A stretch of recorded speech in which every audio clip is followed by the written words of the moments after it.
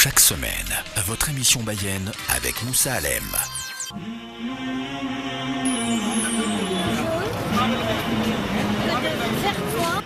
What is our problem? What is their problem? Qu'avons-nous fait? Quel est notre problème? Quel est leur problème? Quel est leur problème? We did nothing. Nous n'avons rien fait. We have a problem and the problem is we are Muslim. Le problème, c'est que nous sommes musulmans. That's why they are killing me. They are killing my fathers. They are killing my brothers, sisters. They are killing everyone in Birmanie, Arakan, Rohingya. C'est la raison pour laquelle ils tuent nos pères, ils tuent nos mères, ils tuent nos frères et nos sœurs dans la région d'Arakan en Birmanie. Qu'est-ce qui se passe à Génocide? Où ça se passe en Birmanie? Qu'est-ce qui se passe à Génocide? Que se passe-t-il donc en Birmanie? C'est la question que nous allons nous poser aujourd'hui avec vous, mesdames et messieurs, à l'instar de ces manifestants le 21 avril 2013.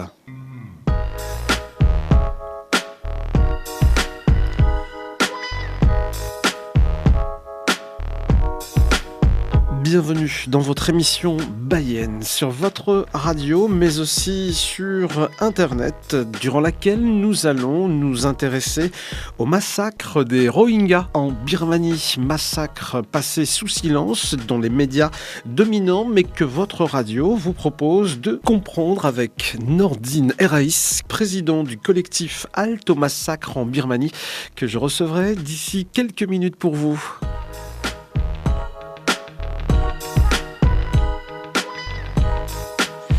Mais avant cela, un peu d'histoire et de géographie pour situer la Birmanie ou Myanmar, de son nom officiel, République de l'Union du Myanmar, anciennement Union de Birmanie, pays d'Asie du Sud-Est continental ayant une frontière commune avec le Bangladesh, la Chine, l'Inde, le Laos et la Thaïlande. Elle est bordée par la mer d'Andaman au sud et par le golfe du Bengale au sud-ouest, avec environ 2000 km de côte au total. Le pays a connu depuis 1962 une série de dictatures militaires. De 1988 à 2011, la Birmanie a été officiellement dirigée par le Conseil d'État pour la paix et le développement. Cette junte a officiellement laissé la place en 2011 à un pouvoir civil dirigé par l'un de ses anciens membres, mais le poids de la hiérarchie militaire reste prépondérant dans les faits. La relative libéralisation du pays, qui s'est confirmée depuis, a conduit l'Union européenne et les États-Unis à suspendre l'embargo qu'ils imposaient au pays depuis les années 90, exception faite des ventes d'armes. En français, birman qualifie tous les citoyens du pays, qu'ils soient birmans ethniquement issus de l'ancien royaume de Birmanie ou des territoires rattachés à celui-ci par l'occupant britannique. Le pays est très peu industrialisé, mais la Birmanie a une petite production pétrolière. Elle vend aussi du gaz, de l'électricité, du bois et des minerais à la Chine, à la Thaïlande et à la Corée du Sud. Entre autres, la Chine, la Thaïlande et d'autres puissances asiatiques concurrentes y ont toutefois investi en masse pour exploiter ces ressources, du pétrole, donc du gaz, du bois, des minerais, des pierres précieuses et l'hydroélectricité. Ceci explique cela, et notamment les liens entre les États-Unis, l'Europe et la Birmanie. Le collectif Halte au massacre en Birmanie est un groupe de bénévoles qui milite depuis août 2012 pour les droits et les libertés des minorités birmanes, et il compte aujourd'hui une cinquantaine de membres actifs dans plusieurs pays de la planète. Et nous recevons aujourd'hui le président de ce collectif, Nordine Eraïs. Merci d'être avec nous.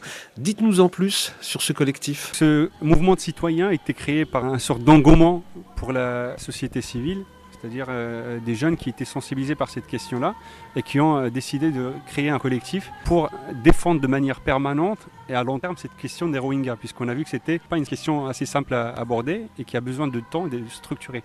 Donc du coup, le collectif s'est structuré au fur et à mesure dans le sens d'accompagner la sensibilisation, parce que là, on parle d'une communauté qui était ignorée. Et donc le collectif aujourd'hui, il existe un peu partout.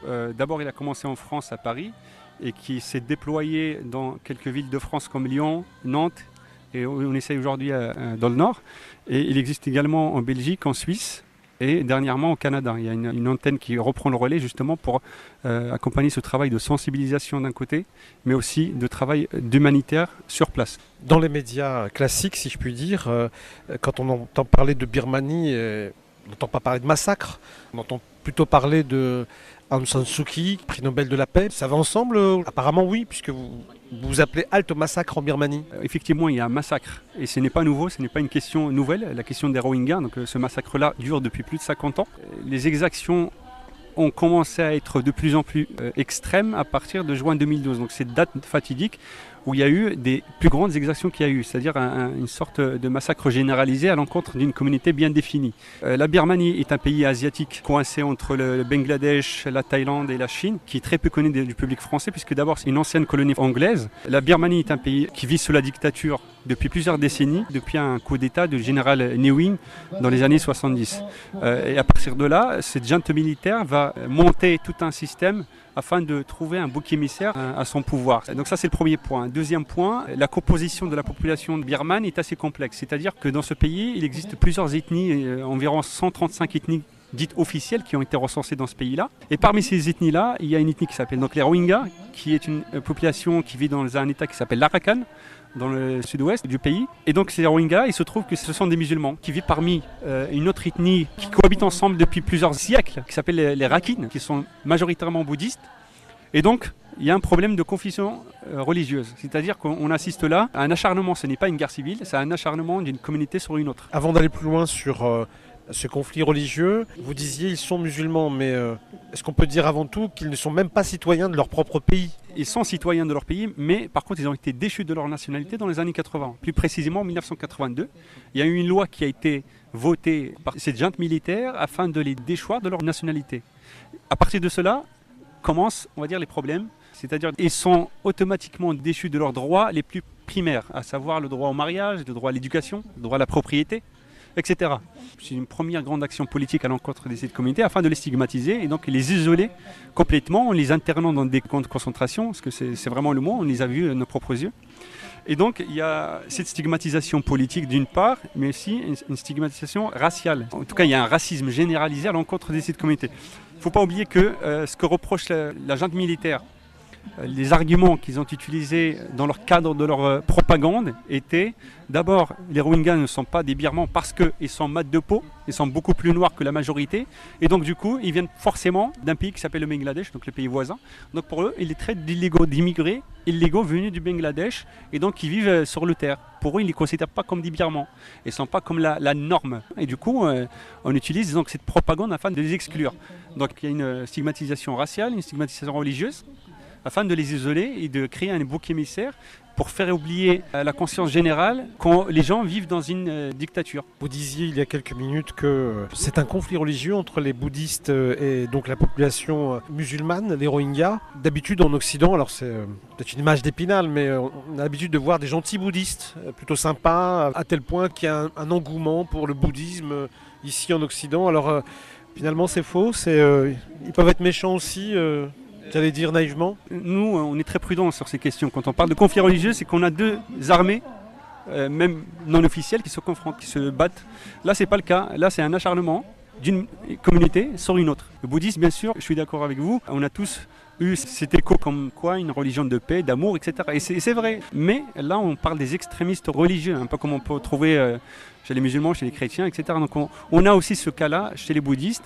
Et d'ailleurs, une des figures les plus importantes de ce mouvement extrémiste bouddhiste, un moine qui s'appelle Wiratu, Ashin Wiratu, qui attise la haine, c'est l'un des principaux personnages de ce conflit de Rohingyas. C'est quelqu'un qui a une notoriété au niveau national, qui est très respecté et qui fait des prêches dans tous les quatre coins du pays-là. Sachant que Ashin Wiratu, il a été emprisonné pour ses discours haineux, mais pour d'autres raisons en Birmanie, mais qui a été relâché par le pouvoir en place, afin justement d'aider la junte birmane, de légitimer un petit peu cet acharnement politique et de lui donner un côté religieux, une sorte de djihad bouddhiste à l'encontre de cette communauté. Parce qu'on surfe sur cette vague de peur du musulman, en travaillant sur une sorte de propagande sur le dos de certains événements malheureux comme les attentats qu'on peut trouver dans tous les pays. Et donc on utilise ces arguments pour justement rendre très dangereux cette communauté Rohingya qui est complètement démunie en fin de compte. La prise de conscience pour laquelle vous battez, elle est plutôt politique, puisque l'Europe vient de lever, si mes informations sont bonnes, des sanctions qui existaient contre la Birmanie. Alors on s'en sortira jamais si on nous raconte à longueur longueur de journaux que nous sommes dans les pays des droits de l'homme, que l'Europe c'est la liberté, la paix, mais j'allais dire pas chez les autres. C'est exactement ça, c'est à quel prix? C'est-à-dire que la Birmanie, comme j'ai dit tout à l'heure, a longtemps été une dictature, il continue de l'être, mais depuis 2 ans à peu près, ce pays-là a montré une certaine ouverture démocratique, un certain chemin vers la démocratisation. Et donc du coup, les premiers pays occidentaux, dont les États-Unis et l'Europe, ont vu le vent souffler. C'est-à-dire que c'est un pays qui sort un petit peu de cette dictature, qui a montré une certaine ouverture. La première action de cette ouverture, c'est la libération de Aung San Suu Kyi. Et donc pour les Occidentaux, c'est une aubaine pour les futurs contrats économiques. Donc c'est vraiment ça qui les intéresse, parce que la Birmanie est un pays qui bénéficie de certaines richesses naturelles et qui sont très peu exploitées, puisque le pays a été fermé pendant des années. Donc du coup, l'Europe, tout comme le président Obama d'ailleurs qui a fait un déplacement, va profiter de ce conflit afin de fermer les yeux sur ce conflit-là au prix d'avoir des rapports économiques privilégiés avec ce pays-là. Donc c'est le prix à payer, c'est-à-dire fermer les yeux sur les droits qui sont bafoués pour les Rohingyas, mais aussi bien pour les Rohingyas que pour d'autres communautés. Il y a aussi des minorités qui sont persécutées, et ça il faut le rappeler, qui ne sont pas forcément musulmanes. Il y a la minorité des Chin, la minorité des Kachin, des Kaman qui sont musulmans, mais les Kachin et les Chin, ce sont des minorités non bouddhistes, donc qui sont chrétiennes, mais qui font les frais de la même discrimination, à moindre coût, mais en tout cas qui ne sont pas du tout en entente avec le pouvoir en place.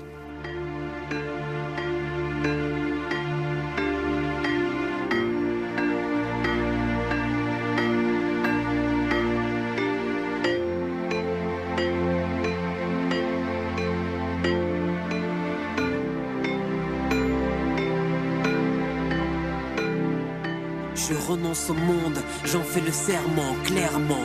J'en aimais le souhait tout au moins. Brise l'illusion par le souffle de la seule vérité. Refuse que l'on me chante l'ici-bas et ses sonorités à l'ombre de la scène. Je le dis, je la scène. Refuse que le bâton m'achète et même si l'on marcelle, je céderai des parcelles, mais jamais l'esprit de la cesse. Abandonnant les ombres, j'ai passé ma tête hors de la caverne. J'ai sauté du train-train en marche, quitté les déportés, en route vers la marge, vers le monde des idées. Je cours en sens inverse, à pieds nus sur les rails. Admire à gauche à droite, magnifique paysage. J'ai pris la route du paradis en stop, chemin faisant accompagné des bienfaisants, pas un radis en stock. Je me nourris de nuages, m'abreuve à l'eau de pluie, saupoudre mes salades de fruits, de poussière, d'étoiles. Le premier ciel et le toit, pour éprouver ma foi, j'ai accompli ma part du proverbe qui dit aide-toi. Hep-toi là-bas, j'entends une voix qui m'appelle. Enlève tes sandales, rappelle-toi de Moussa. Je te donne les règles, crois en ce que tu vois. Ceci est le réel, ici ne pénètre pas Dunia. N'emporte pas de bagages, ils sont ancrés en toi. Prononce le nom de ton Seigneur, entre et qui ça. Mon fardeau, la vie est mon cadeau. Je décide de partir loin d'ici, suivre mon rêve à tout prix. Je me jette à l'eau avec mon sac à dos. Vos barrières me serviront de radeau, portés par les flots et m'emmèneront dans mon Eldorado. Des dizaines de portes ouvertes s'offrent à moi. J'avance dans le sable, marche dans mes pas. Suis la lueur à l'horizon, lève les voiles. Sens le souffle divin couler dans mes veines. Je sens la présence, je sens l'apaisement. Je sens mon âme heureuse délivrée à présent. Désincarné, libéré de prison. Chaque lettre soufflée met au monde un frisson. J'inspire, souffle, mon corps aspire à s'ouvrir. Se désaliéner des besoins primaires, jouir. Tout ce que je souhaite déposer à mes pieds. Passion dans les cordes, impossible de mes pieds. Baigné dans le fleuve qui lave les péchés. Je flotte, plonge en apnée, moi qui ne sais pas nager. Je reçois la lumière dans toutes ces images. Pénétrer jusque dans les traits de mon visage. Mon fardeau, la vie est mon cadeau. Je décide de partir loin d'ici, suivre mon rêve à tout prix. Je me jette à l'eau avec mon sac à dos. Vos barrières me serviront de radeau, portés par les flots et m'emmèneront dans mon Eldorado. Chaque admiration est un Eldorado. Chaque contemplation est un Eldorado. Toute la création est un Eldorado. L'adoration du Très-Haut est mon Eldorado. MC Métis, extrait de l'album Maquette. Vous retrouverez tout cela sur les réseaux sociaux. MC Métis. Maquette, c'est l'album et le titre que vous venez d'entendre, c'est El Dorado. Merci d'être avec nous. Nous évoquons dans votre émission Bayen aujourd'hui sur votre radio le massacre des Rohingyas en Birmanie, cette minorité musulmane présente depuis plus de 9 siècles, persécutée depuis 1948, date de l'indépendance du Myanmar, puisque c'est comme ça qu'il faut appeler maintenant la Birmanie, pays d'Asie du Sud-Est à majorité bouddhiste. Après une relative accalmie, on assiste à une intensification des atteintes aux droits de l'homme, des minorités ethniques, des violences et des massacres désormais quotidiens perpétrés par une population embrigadée par des moines bouddhistes extrémistes, et oui, chacun les siens, soutenus par les forces de sécurité birmanes. Pour évoquer ce massacre, d'aucuns diront ce génocide, j'ai plaisir à recevoir pour vous, mesdames et messieurs, Nordine Eraïs, président du collectif Halte au Massacre en Birmanie. Nordine Eraïs, dites-nous, au-delà de l'émission que nous réalisons ensemble aujourd'hui, quelles sont les actions et notamment de médiatisation que vous organisez, et puis êtes-vous les seuls à dénoncer ce nettoyage ethnique? D'abord, on n'est pas les seuls à travailler sur la question des Rohingyas. Il y a d'autres associations qui le font très bien, qui nous aident. Mais on est effectivement les premiers à avoir initié ce mouvement pour apporter un soutien aux musulmans d'Asie. Parce qu'on a cet attachement de notre religion aussi pour aider nos confrères dans d'autres pays qui ne sont pas forcément arabes, mais qui sont musulmans. Donc il y a d'autres associations qui nous aident, et alhamdoulilah, et on encourage toutes les associations à rejoindre et à aider ces associations qui agissent au-delà des frontières arabo-musulmanes, à apporter leur soutien, ne serait-ce que par la médiatisation de l'affaire, et en parler autour. Qu'est-ce qu'on fait, nous, le collectif Halte au Massacre en Birmanie? On est structuré sur 3 axes principaux. On travaille sur un axe d'abord de communication.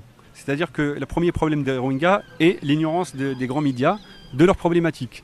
C'est-à-dire que c'est de là deviennent les principaux problèmes, puisque si on ne parle pas d'une question, on ne peut pas l'aider, on ne peut pas faire quelque chose. Je ne sais pas si on peut parler d'ignorance, je pense qu'ils le savent, mais il y a des choix éditorialistes, comme on dit. Et merci de me corriger, mais en tout cas, il y a des choix qui sont stratégiquement bien faits par les médias, parce que d'abord, on se fout complètement d'une minorité de 1 million, 1,5 million de personnes à 14 000 km. Ça n'apporte pas l'audimat à certains grands médias. Et c'est ça qu'on déplore. Et c'est pour ça qu'on fait le travail de journaliste. C'est-à-dire qu'on a, à travers notre site internet www.collectif-ameb.com, à apporter de l'information auprès du grand public français en faisant des traductions d'articles, puisqu'il n'y a pas beaucoup d'articles en français francophones, à part si on assiste à quelques médias écrits qui font quelques articles quand il y a des massacres, alors que même en parallèle, si on compare le degré de gravité de ce qui se passe là-bas, donc on parle même parfois des génocides, même si ce mot-là est très controversé par certains pays parce qu'ils ne veulent pas supporter le poids d'un génocide qui est, on va dire, juridiquement protégé par une définition dite par l'ONU. Et donc, nous, on parle quand même de génocide.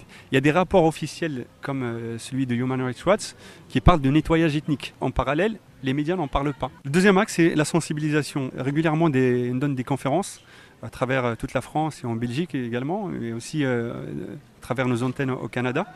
Donc ces conférences visent à sensibiliser donc, le public, à leur parler de cette situation des Rohingyas qui est complexe à comprendre, parce que ce n'est pas uniquement une guerre, enfin en tout cas un conflit interreligieux, non, il y a aussi un problème racial aussi, comme je disais tout à l'heure. Donc il y a des conférences, mais il y a aussi des rassemblements qu'on organise, des manifestations à travers la France. Mais malheureusement, on attend toujours qu'il y ait des massacres pour se réveiller. Donc aujourd'hui, ces gens-là, ils sont en train de s'éteindre à petit feu.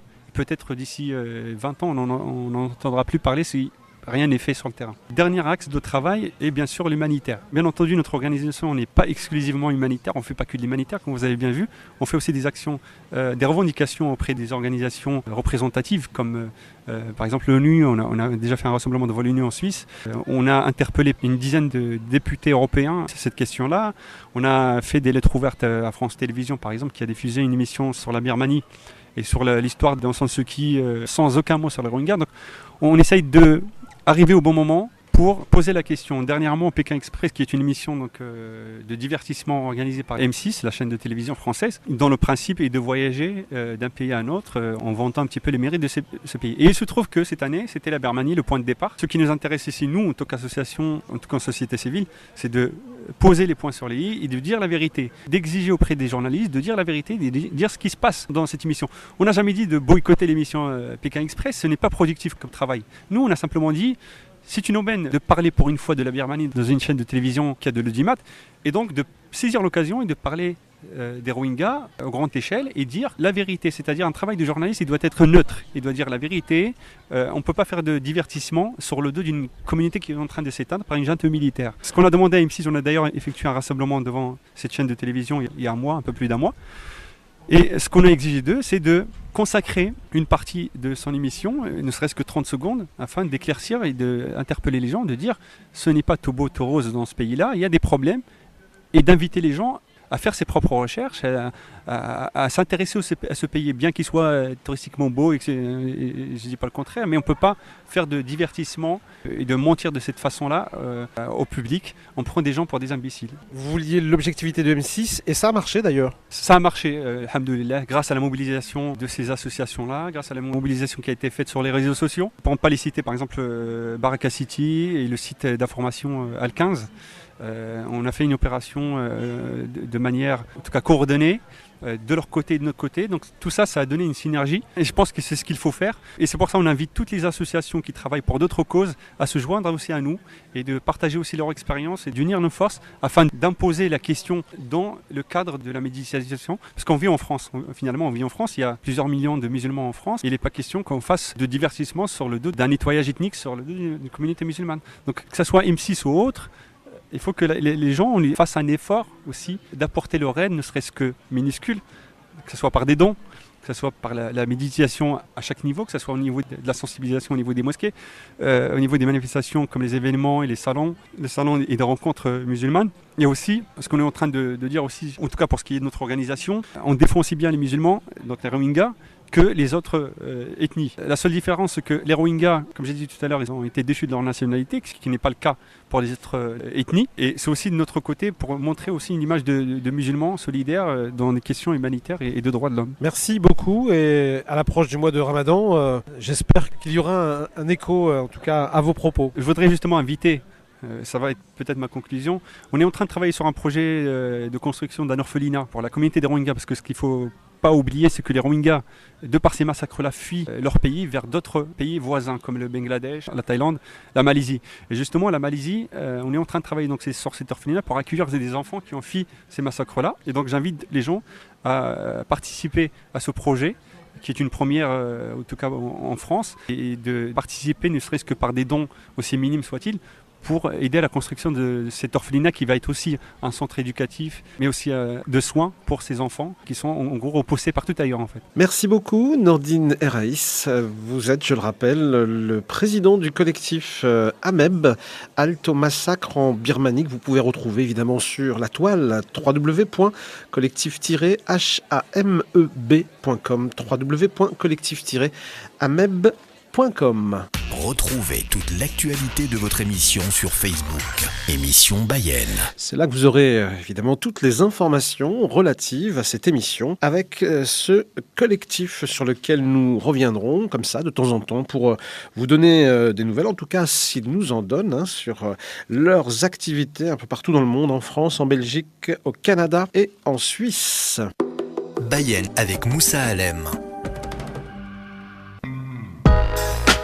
Il me reste 1 minute 15 pour vous dire que votre émission, c'est de la dynamite.